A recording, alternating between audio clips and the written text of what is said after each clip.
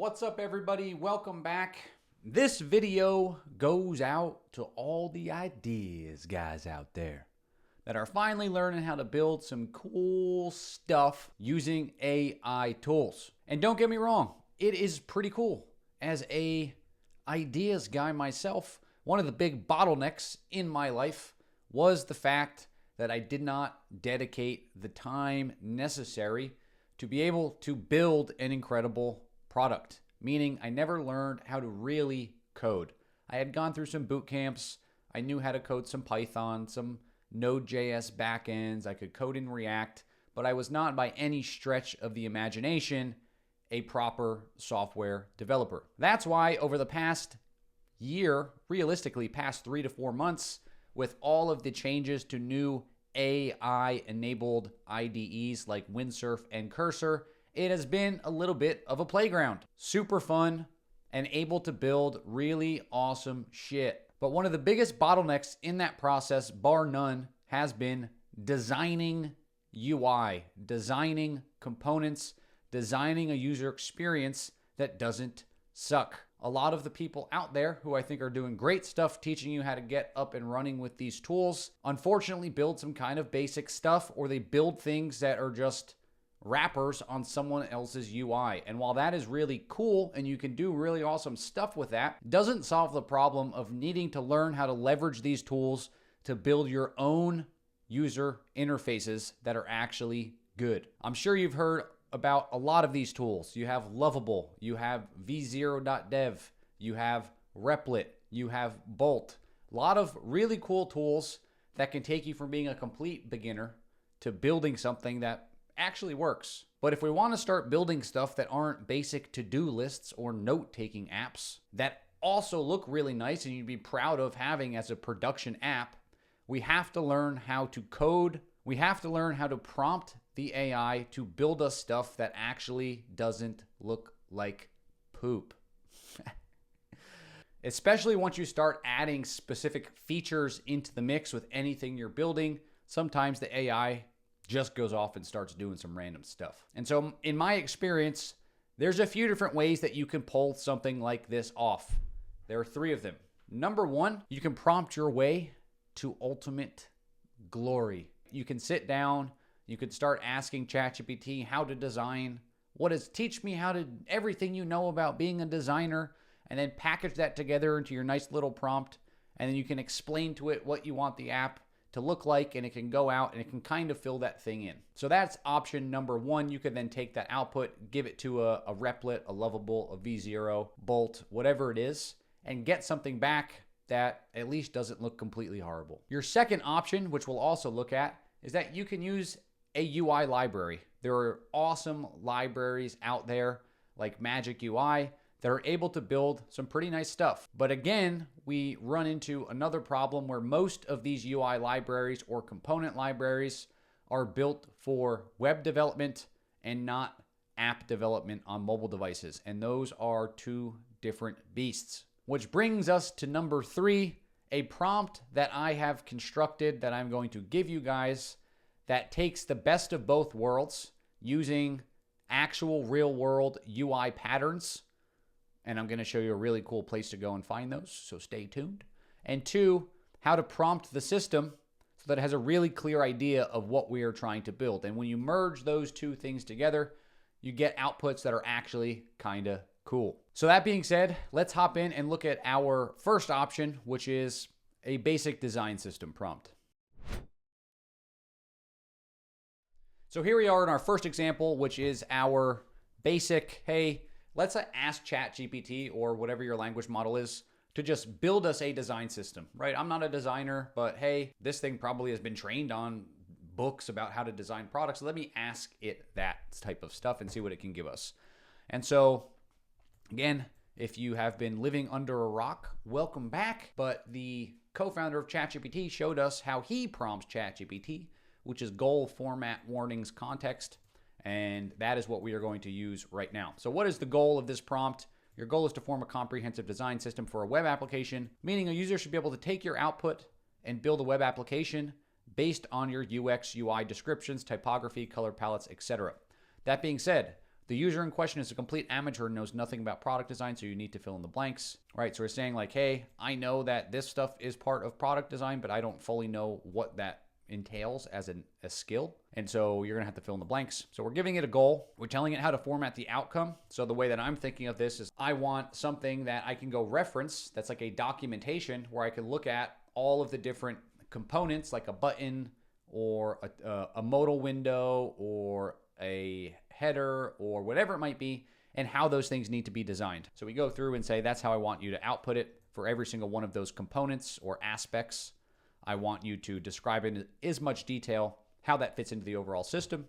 Any warnings that you would have here, like, hey, don't do this, but do that. No fundamental component should be left out. And then what is the context here? So what I found is most effective here, and I'm going to show you a beefed up example of this later, is that the most important part of this, when you think about like, how are we going to design something, is this eternal debate. I don't even know if it's a debate, even though I just called it an eternal debate. Form versus function, right? What does something look like versus how does something work? And should one follow the other, right? Should it be form first, then function, function first, then form? I think it should kind of be both. And so what I mean is like, we can't just build a design system for something that is removed from what this thing's going to be used for, right? Those things are important to link together. And so the context here, I'm telling it it's building a chatbot, draw an inspiration from LLMs like ChatGPT, but use your own unique flair. It's a personal philosophy app, right? And so we can already imagine like this context is a little dull, right? And I'm going to show you something really cool after this. So if you think this was dull, don't worry. Cool stuff inbound, right? This is going to give us probably something pretty basic, but hey, it should at least be a design system. So let's go through and look. And so it's giving us what our brand identity is, right? So this is actually, in my experience, something that people don't think a lot about when you think of like a design system is, well, what's the identity of the brand? All right, are you cool hip? Are you techie? Are you flower child? All right, all of that type of stuff is going to influence how you speak to people. How you speak to people is going to inform things like, what do notifications look like? What do buttons look like? What is the visual style of those things? Is it minimalist? Is it warm? Is it stark? Is it sterile? Right? If it's like a medical practice, maybe it should be sterile, but somewhat inviting, right? Things like that. So visual style, really important. So we have our like high level brand identity. Then we get into color palette stuff. So, hey, here's what the primary color is. It's going to be this vibrant blue. Here's how you use it, right? It should be used for main buttons, highlight accents. For links and interactive elements, you should use this blue, right? So it's telling the system, hey, when do you use this primary color in these situations? This is why. Then it goes through and it does that for other things, the secondary, right? It's for hover states, other types of accents, call outs, user chat bubbles, things like that. And it continues through, right? So it does the same thing for typography. What is it? When should we use it? What's the feeling it's supposed to communicate to somebody? How should the app be laid out? How should spacing be done? What should buttons look like? What type of hover should they have? You know, how do they focus? Do they have a glow on them? Do they not have a glow on them? All of those types of things. What happens in their active state? If it's a secondary button or a primary button, is it disabled? Is it being hovered on? Is it being pressed down? And how do those things change? Same thing for forms, inputs, navigation. Point being, the chat interface, right? So it goes through and it does all of this stuff and says, hey, this is what something should look like. Now, what I'm going to do is I'm going to show you what this output would look like if we just went and took this and popped it into a tool like V0. All right, so for anybody here that hasn't actually used it, this is what the interface looks like. So I uploaded this snippet, is this entire output that we just got basically, and then I gave it the same context prompt. So you're building a modern chatbot, that blah, blah, blah, blah, blah. I put that in right there. It goes through, it's thinking about it, thought about it for 6 seconds, and then it goes out, and now it's building out our design. So as soon as this is done, I will pause the screen and we can look at what it did. All right, so it built us a really bland AF bot, right? And so let's see, what is the meaning of life? Okay, so I mean, I could see how this would be a conversation thing back and forth. And if you're in that world, again, where you're a complete beginner and you're like, wow, I just made a chat bot, like this is fucking dope. Cool. Right? That's cool. That is cool, actually. And you can go build out back-end stuff and all of that. But at the end of the day, I'm not trying to build a production app with a UI that looks like this does, right? That being said, I'm sure there are experts that can get in here and really dial this stuff in, but I want to show you a different type of workflow. So, like I said, that was our first option. Our second option is that we can use a UI library. So what that means is there are companies out there such as Magic UI or GlueStack, which I'll show you both of those in a second, where they're really talented at designing stuff, quite frankly, and they go out there and they design the stuff for you. And so you can just use them in your app. So let's look at an example of what that might look like. Magic UI, by the way, awesome company that builds some really nice looking stuff. Let's say, for example, though, that you just launched your app and you want to have a cool landing page for it. It's your calendar app. This is all built out for you already. And so you can just hop in, download their repository, and just build yourself out a page like this. Now, there are tons of tools like this, like Magic UI, that build their own component libraries. Some are better than others, but like I said, most of them, in my experience, at least the ones that build really cool looking stuff like this, they are made for web application experiences and not mobile apps. So let's look at just an example of one that is for mobile apps. It's a company called GlueStack. And so if you were going to use formerly Native Base, if you see Native Base flying around anywhere out there, it is now GlueStack. Gluing stuff together. So this is a React Native component library. Now, React Native, for those that don't know, is a way of coding in JavaScript and having it deploy into Apple App Store and Google Play Store. So again, we're looking at React Native component libraries where people have already built out things that kind of look good. And so we can go through here and look at what do their forms look like. Okay, like, yeah, this stuff's kind of cool. Select the toppings on my pizza. How do I place an order? All of this type of stuff. The one thing that I will caveat, though, again, thinking from the perspective of a fellow amateur noob like myself, is that this kind of implies that you know or have a really good idea of how these features should even flow together, right? There's the UI, like, yeah, the actual component that I'm building, but what about the user experience? How does the user actually move through from piece to piece in my app? Something like this isn't necessarily going to help you out with that. One thing I will say, though, about this company that's cool, and I just discovered this, by the way, right before I started recording this video, is they have paid kits that you can download. So what that means is they have, for example, if you wanted a fitness app, you can come buy this thing for $99. I'm assuming they have commercial licenses for these, where they have all of these components built out for you already, right? So you can see, like, wow, this is what their onboarding flow looks like. Pretty cool. And now, as you can imagine, you don't have to build a fitness app, right? You could, if you thought like, hey man, like this looks kind of cool, but I'm actually doing like a finance portfolio app, but I could see how I could use these types of things, right? This is the general aesthetic that I have. Like, I could see how maybe this becomes my portfolio screen, and then this is, I don't know, price targets or like whatever it might be. You can do that. So that's what's pretty cool about some of these. And they have a few different options. So they have a dating app in here. If you're going to build the next Tinder, if that's you, here you go. You got your template. Meditation app. And again, you have to get creative, right? Yes, this might be a meditation app, but maybe your idea is for a podcast app. And so this is actually perfect. Like, yeah, I can just make it look like this. It's just, it's going to have my data in it. So this is our second option, right? It's these open source, not open source. Some of these are, you have to pay for them. But there are these libraries that we can hop in and use ourselves. So that brings me to number 3, which is the thing that I'm most excited to show you right now, which is the workflow that I currently use when I am building something. And I'm going to show you a few different tools, okay? So the first tool that kind of powers this is a tool, or it's a website really. I don't know if you call it a tool. It's called Mobbin, M-O-B-B-I-N.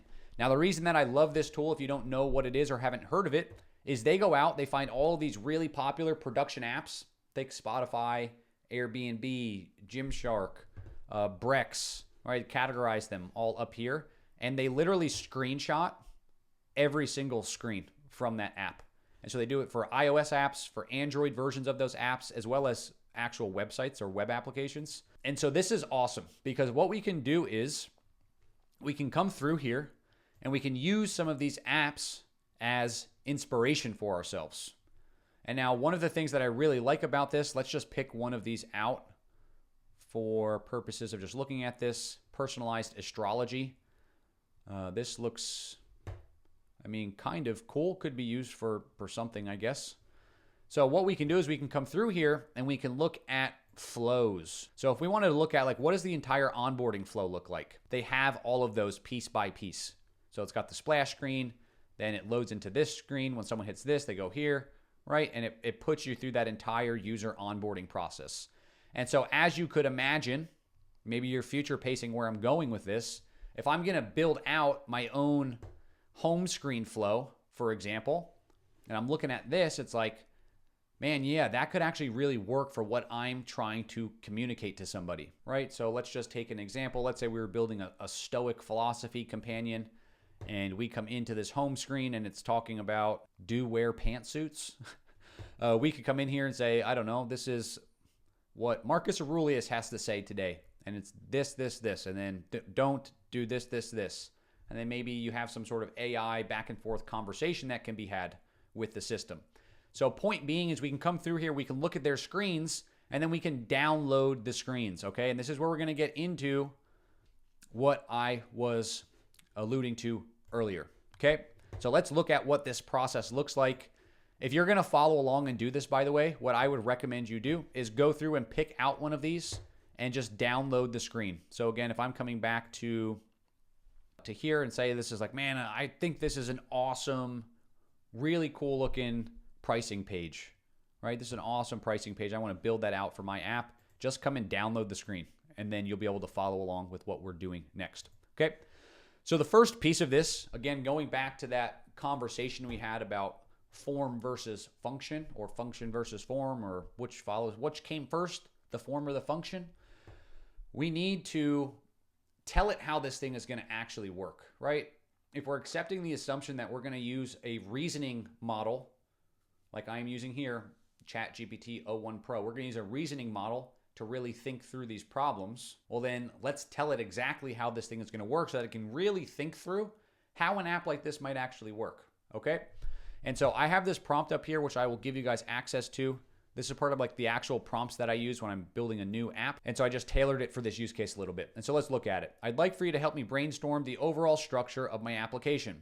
You should act like a senior software engineer that has extensive experience developing and building architecture for large-scale web applications. I probably should have said mobile applications, but it's fine. You should recommend features that you believe will be really awesome AI-first additions to what I have. So I don't want it to just look at what I'm saying this thing does. I want it to think about, okay, if this guy's telling me he's building this AI-first news-powered app, well, then let me think about, in the context of what he tells me, what this thing needs to look like, or how else it might function. I'd like to build a web app. This should have said mobile app again. Mobile app that is an AI-powered news app. Take inspiration from, insert whatever here, Spotify or whatever other apps you might want to have it take inspiration from, but it will be significantly different because it's a news app, okay? So take inspiration from them, but realize that this thing is actually different. And then what I do is I tell it, here is how the MVP needs to function. User picks list of news outlets they'd like to follow. App picks up those news stories from those outlets. The app grades each article based on potential biases. When users inside of a story, they can look at the raw story, just the facts, or they can chat with the article using AI. Now, I had a lot of other really cool ideas that we could throw in here where, for example, if it thinks it's a clickbaity title, it blurs the title, maybe, and just tells you what facts about the story were. I don't know, cool little things like that that could be quality of life improvements for human beings in general. We're only focusing on the front-end architecture in React, including design systems. Think through how these systems/workflows will flow together to make a cohesive user experience. Now, if I was actually using this to build the app, I'd be prompting it for the front-end and the back-end architecture and having it ask me questions about how the app's going to function so that it can help me make technology choices for the stack that we're going to use. But again, we're not doing that right now. So it gives me a high-level concept. Here's what the app structure should look like. Key points about things. Starts getting into design system stuff, which, I mean, kind of cool. This is where we could have, if we had ideas for like specific aspects that we like, I really wanted to have like bright neon colors, or I really wanted to have this, I really wanted to have that, I wanted to have like a lot of animations in it, or whatever it might be. You could, again, take this and think through how you can prompt it differently to give you this type of stuff. And then it starts getting into some of the actual features. So, hey, here's what the onboarding flow should look like. And here's design considerations. Here is what the main article newsfeed components are, right? So it has the data management stuff. They list the articles, highlight bias scores, offer filtering and scoring, so on and so forth. What the visual design might look like, what sort of AI first feature enhancements could be in this section. So smart summaries, which is kind of cool. Article relevance scores. So maybe it gives you a relevance score based on what it knows about you. Like, hey, would you like this? Is this gonna actually upset you? That would be cool if you had an app that had an integration to like your smart tracker and could tell if your heart rate rises when you read about certain topics. And just filter them out for you automatically. But I digress. So let's get back. Article detail page, raw story, right? Like I said earlier, you can have a raw story, you can have just the facts, you can have an AI chat.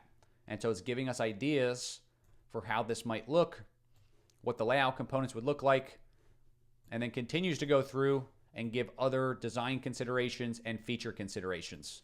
Here are some other AI first enhancements. And then here's what a basic like MVP user flow would look like. User comes in, they sign up, right? So they need to pick news outlets, they need to set preferences, they need to do this, they need to do this, they need to do this, and so on. Just as an example of how I might use this in a real world workflow, if I had this like, hey, I need to pick outlets. So like, okay, now I'm already thinking in my mind like what that might look like, right? Like a picker screen where maybe you're searching, you're typing in some outlets that you follow and then you see it pop up and you click it and then you're like kind of picking through who you'd like to follow. That's an example of where I would come back to an app like this when it gets down to like really developing these things nitty gritty. You want to segment it out because O1 is limited right now by how many images you can upload. But I would find an app that maybe has a similar experience. Like let's see, okay, they have Spotify in here, for example. And then we could come through and see like, does Spotify have anything like that? Like, okay, maybe like this type of thing. Let's see what like their user onboarding flow looks like. Do they have anything where people actually search for, right? I'm looking for something where people search for like, oh, follow brands you already know. Can't find it, but imagine I did. I would pull that screen down and I would insert it in here and say like, okay, they need to pick outlets and I want you to be inspired by this specific screen. But again, remember this is for a news thing. And so boom, it can kind of integrate it in there. But what I did here was I said, okay, let's take just these two. So feed page, article detail page. Now you could really expand on that. You could take those two and say, okay, chat, like I want to really double down into really building out a robust design system for these two pieces. But what I did next, and again, this is the reason why I said I love this Mobbin tool, is because what I did next was I uploaded an image from an app. This is like a concert. It's like a concert app where you can track concerts that are happening and stuff. I uploaded this screen. And I said, build me out a comprehensive modern UI experience for the feed page and article detail screens, right? So these two. And I said, use the attached images for inspiration. So it went through it, thought for 2 minutes and said, below is proposed a modern, visually striking UI, which I would say this is. We're to go look at it again. Like kind of visually striking, right? It's not bland. Using dark themes, bold imagery, elevated card design, bottom navigation, etc. The goal is to craft a cohesive experience, blah, blah, blah, blah. And so it goes through and it starts talking about like, okay, here's what all of the different pieces are going to be. You want to greet the person up top. There are different ways you could do that. You want to have all of these different things, right? You need to have a hero card and this is what you could do there. And these are obviously all opportunities where if you were really going to do this and try to build something like dope for yourself, like a production application that you want to try to sell, you're going to not, like I'm doing a tutorial here, you're going to go into each of these and like really think about it. And say like, no, not this. So I want to do this instead. Don't do that. Do that. Or I really like what you did here. Can we take that and do that over here? All of those sorts of things. We really want to spend a lot of time in that brainstorming stage, right? And so we're doing that for each section of our app. So it goes through, it does this entire thing, has like the bias rating system and all of that type of stuff, how interactions and animations should work. And like now we have a design system, right? Now we got some cool shit. It even built us out wireframes. And so I think this is awesome. I would even think about pulling this down into a prompt. And next time I ask for a design system, say, here's an example of one that I think was done well. I'd maybe do something like that. But so boom, it goes through, it does that whole thing. And I'm like, cool. Now here's where we get to the next piece. So I'm going to share my full screen now so I can actually show you something in a second. But we basically have this. And we say, And I want to pause for 1 second here. The reason I wanted to show it to you guys this way is because I don't want to show it to you in a tool like Replit or one of those tools that honestly I don't think make mobile app designs very well. So I wanted to actually show you what this would look like if you were building it on a mobile app. And so I'm using Expo. Okay, so you can go Google Expo. I can actually show you. So here we are inside of Expo. And so again, this is a tool that enables us to launch React Native projects very, very, very easily. And so they have a really basic command line tool where we can just, again, create this thing super quick. All you need to do is go on your computer once you have this thing downloaded and type npx create expo app, and you are going to have a fully functioning simulator on your computer, which we're going to look at again in just a second. So again, we have this app down here. It gave us all of this React Native code. And so all we did was we went over and we copied each of these pieces of code over into our file. So again, take everything you just gave me as a design system, convert it to React Native with Expo, and then I told it some stuff like, hey, I don't need you to worry about best practices and splitting the files the right way and modularizing components and all of that type of stuff. I don't care about that. I'm just trying to show a tutorial basically. I said, let's just focus on making a beautiful design. Make sure the entire design system is incorporated, so on and so forth. And so it went through and it made us two files just like I asked. The home file, and the reason I use this home file and explore file is because they come out of the box supported and it's routed all properly inside of the mobile app. And so I didn't want to dick around with all that stuff. So don't worry about how this isn't necessarily how you would structure a professional application. So we have the explore file and the home file. Again, all with React Native code. And all we did was go over and paste it into our code editor. So if we were to go look in here, we just came over and we pasted it in here and off to the races. So we have all that stuff, and now let's look at the actual app that it created. Here we go. And boom, I think this looks pretty awesome if you ask me. Pretty fucking cool, right? Let's just kind of look at this. Obviously, we have this piece up at the top, which if we were gonna actually build an app, we'd want it maybe where we click on this and then the state changes. So we could go into our windsurf or our cursor editor and say, hey, when people click on the tonight one, I want the moon to turn yellow and the rest of it to blah, blah, blah, right? You can do like stuff like that, whatever, cute little things. Those details do make apps feel really nice. But then we have our main header section here. Hey, it's a breaking story. Here's the main title. Here's some like metadata, description data. And then it's tagging it as like, hey, this is a moderate story, right? So it's giving it like a political scoring, which if I was going to actually build this thing, I wouldn't do this type of like moderate, left-leaning, right-leaning. I wouldn't do that. I'm not trying to polarize people. It would be more about like what percentage of the story is actually reporting fact versus just narrative, like that type of stuff. But again, pretty cool. We can see what happens when we click on things. It gives a little animation. We'd obviously hook all these things up so if they do something. But then if we're inside of like what that, again, ignore this bottom nav, by the way, because it wasn't designing this. This is just what comes with Expo out of the gate. But imagine I had clicked on this, boom, it would have popped open this screen. And then we can look at it. Okay, it has a hero image, says what the news outlet is, would give you the raw story here. You could flip to like the just the facts section. I would probably put the just the facts section as the default. So you can see like, hey, what are people actually talking about? Like what happened, not what do you want to tell me about why you believe what happened, right? What actually happened. And then we have this AI chat where we can come in and we could say like, hey, tell me about the broader context of this having to do with this other thing over here, right? And then boom, it could pop out and look at some like deep research models and things like that. This would actually be a really cool app. So pretty awesome. Even this part right here like looks better than the design we got from that V0 tool. So that is it. That is how you can build really nice apps from start to finish using just a few tools in a slightly different way. So again, I think the real winner of this whole situation is this Mobbin tool, because we can go through and we can pull screens from like actual production apps that had designers actually design this stuff that probably get paid like a lot of money and are really good at what they do. And we're not going to copy them, but we're going to say like, use this way of doing things as inspiration for what I'm about to ask you to do. And then we plug it in with some good prompting. about our features, our functionalities, and how we want it to feel and how it should act. And then next thing you know, we have a really cool app that actually looks like something professional that you would pay for. So again, that is it. I hope you found this helpful. If you actually use this and build anything, please comment on the video and let me know. I'd be happy to take a look at it, maybe give you a shout out. That's it for this video. See you in the next one.